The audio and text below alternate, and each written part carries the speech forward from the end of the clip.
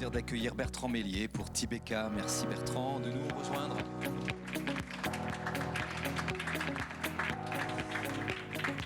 Alors vous êtes charentais, vous êtes fils d'un producteur de cognac. Il y a des manières un peu plus désagréables de présenter quelqu'un. Vous êtes un enfant de schéma, vous travaillez dans la finance, l'expertise comptable et puis, comme beaucoup d'autres, qui passent par Investinov, vous avez envie de monter une petite affaire, un premier stage chez un concurrent et néanmoins collègue de KPMG, PwC. Vous travaillez à l'université de Lille, à la direction de l'entrepreneuriat, où vous rencontrez un chercheur qui devient votre associé. Et là, vous identifiez ensemble une nouvelle technologie de tissage, parce qu'on va parler de textile. Vous êtes un marchand de tissus, depuis Pierre de Roubaix en 1477. Et la naissance de l'économie telle qu'on la connaît aujourd'hui dans notre région, c'est le textile. Vous en êtes donc un enfant éloigné, donc une technologie à valoriser. C'est Tibeka, vous êtes incubé à Eura Materials, sur les nouveaux matériaux, un pôle de compétitivité à Tourcoing. Depuis 1 an et demi, vous développez donc ces tissus techniques. Pourquoi faire ? Pour absorber les impacts, mieux absorber les chocs et les impacts. On va parler de défense, on va parler pas que de défense d'ailleurs, mais beaucoup de défense, de balistique, et c'est complètement nouveau, c'est une vraie innovation. Vous avez 7 minutes. Eh bien, bonjour à tous. Alors en fait, il s'agit d'un geste très simple que nous avons tous fait, c'est plier une feuille avant de la déchirer. En fait, en faisant ce geste, on crée une faiblesse au niveau de la feuille afin d'avoir une déchirure bien nette et bien précise. En fait, il s'agit d'un phénomène complètement naturel qui dit que tout matériau, lorsqu'il est plié ou déformé, eh bien, sera moins résistant au niveau de la pliure. Alors, ça peut paraître anodin et en tout cas très utile quand on veut déchirer une feuille de papier, mais pour certaines applications, cela peut être particulièrement critique. Par exemple, et je pense que je vais vous étonner, si je vous dis qu'à cause de ce phénomène, il n'existe toujours pas de gilet pare-balles ajusté à la morphologie féminine. Pourtant, dans des métiers aussi critiques que l'armée, la police, la gendarmerie, l'administration pénitentiaire ou les douanes, ce sont plus de 150 000 femmes en France et des millions dans le monde qui exercent leur profession sans protection adaptée. Chez Tibeka Protection, on a donc souhaité changer la donne.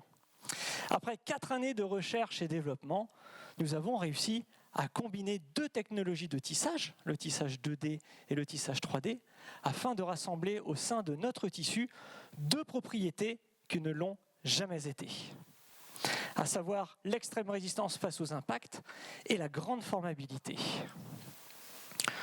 Notre technologie de tissage que nous avons baptisée le tissage 2,5D et que nous avons breveté, nous permet donc de fabriquer un tissu que l'on va pouvoir former, déformer, plier dans tous les sens sans que cela ne vienne altérer ses performances, y compris dans les zones de pliure les plus aiguës. Et ça c'est une prouesse mondiale. Et on pourrait donc dire qu'on a réussi à défier un peu les lois de la physique. Notre tissu, il saura arrêter toutes les menaces, jusqu'aux menaces des armes à feu. Il est donc particulièrement adapté pour le marché de la protection balistique. Il sera parfait pour protéger les hommes, les femmes, les véhicules et même les bâtiments. Plus généralement, il faut vous dire qu'il aura des avantages concurrentiels là où il est nécessaire de protéger les formes et les volumes complexes, car c'est bien là notre différenciation. Donc forcément, nous avons reçu de nombreuses marques d'intérêt de la part de grands groupes européens et de grands groupes français que je me ferai un plaisir de vous détailler lors d'un rendez-vous un petit peu plus privé. En tout cas, ce que je peux vous dire, une bonne marque d'intérêt que nous avons eue la semaine dernière, c'est que notre tissu, nous avons été consultés pour que notre tissu puisse entrer dans la fabrication du prochain pupitre présidentiel qui, lui, pour la première fois, sera pare-balles. Alors ces marques d'intérêt, elles sont de plus en plus nombreuses, et ça s'explique notamment par les tensions géopolitiques que nous connaissons actuellement, mais également l'accroissement de l'insécurité et des actes terroristes, mais également c'est lié à la défiance de plus en plus forte des produits venant d'Asie. Donc ce marché-là de la protection balistique et des autres marchés que nous ciblons, nous les intégrerons et nous y accéderons en tant que produit ingrédient qui va rentrer dans la composition d'un produit fini. En fait, on fait la même stratégie que la marque Gore-Tex, qui est très célèbre pour sa technologie de protection contre les impacts. En France, il n'existe qu'une seule entreprise de tisseurs fabricants de tissus balistiques. Alors que rien qu'en France, il existe plus d'une cinquantaine de confectionneurs et vendeurs de gilets pare-balles. Vous l'aurez donc compris que notre stratégie, et notre entrée dans le marché, elle sera beaucoup plus facile et pertinente si nous nous positionnons en tant que fournisseurs de tissus balistiques.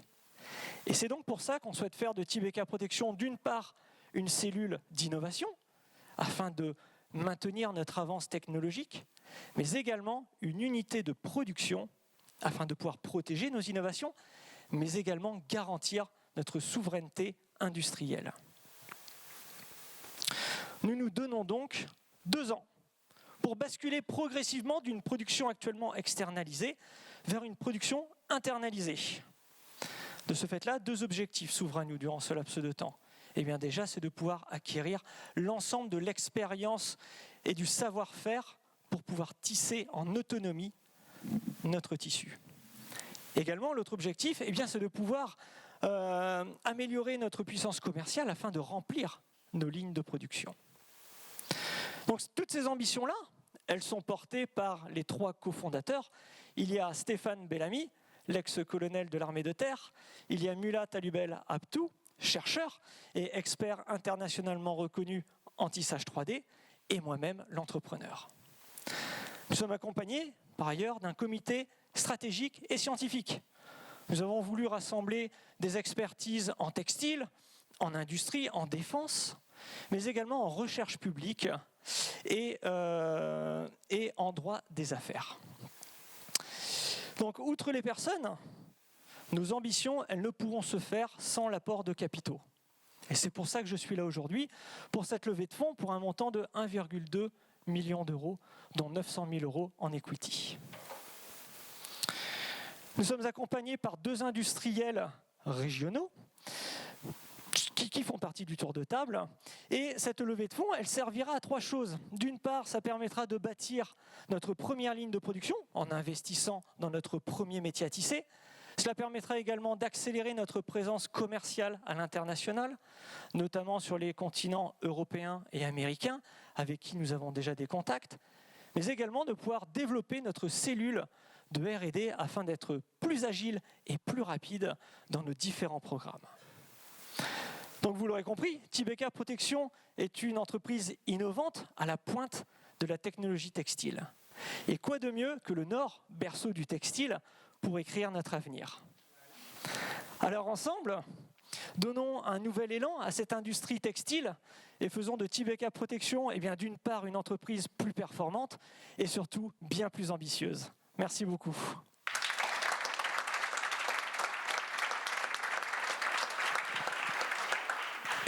Merci Bertrand, est-ce qu'on peut vraiment dire qu'il y avait un avant et un après?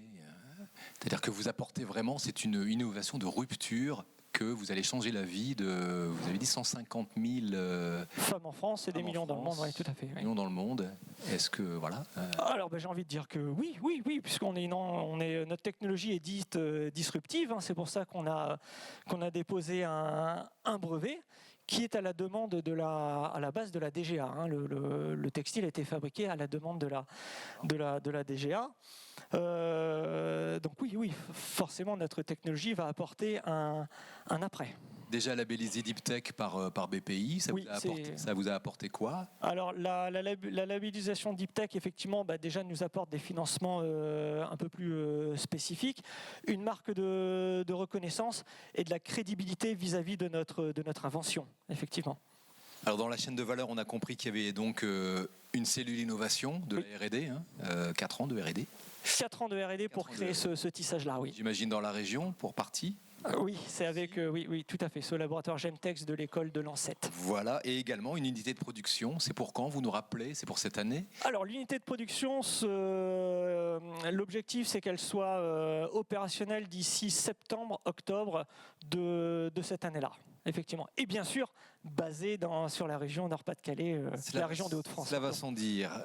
Pour quel volume de tissu, de rouleaux de tissu? Alors, en mètres carrés? Alors pour l'instant, une machine par an et par équipe, c'est-à-dire sur 1,8, nous permet de faire 14-15 000 mètres carrés de tissu.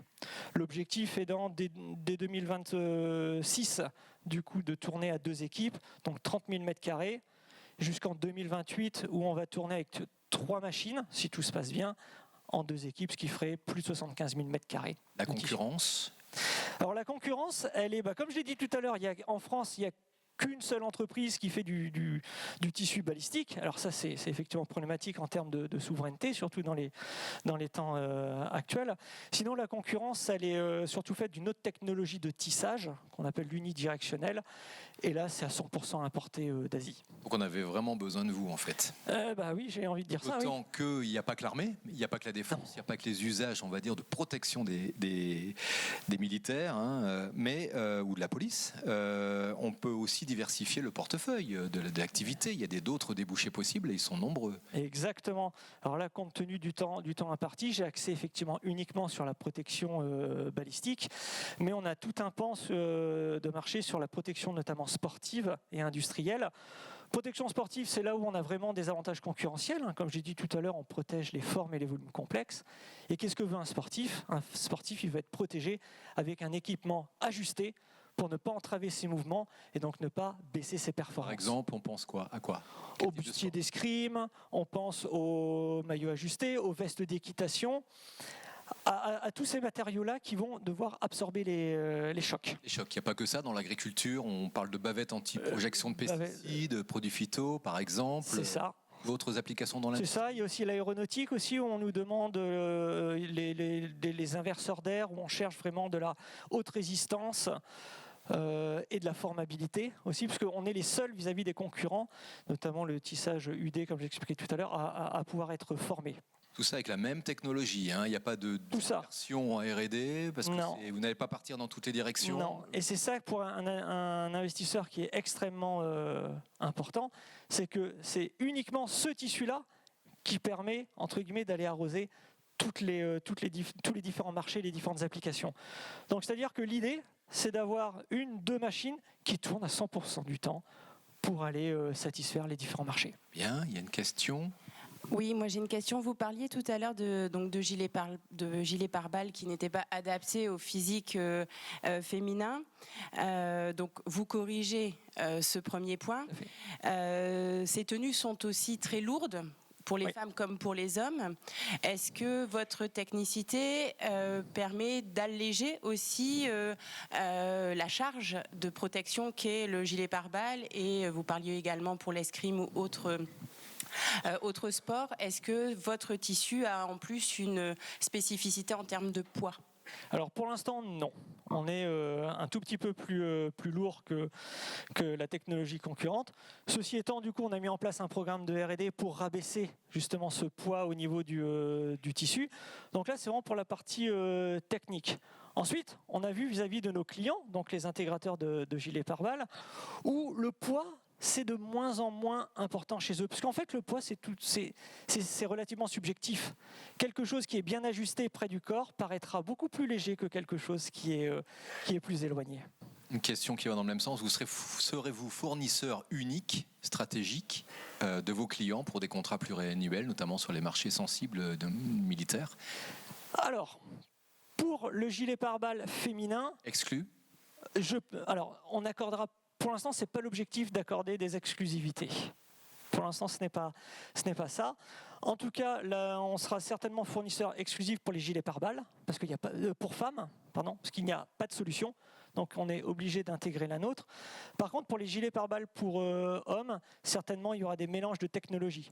Parce que le confectionneur de gilets pare-balles, lui aussi, apporte sa R&D.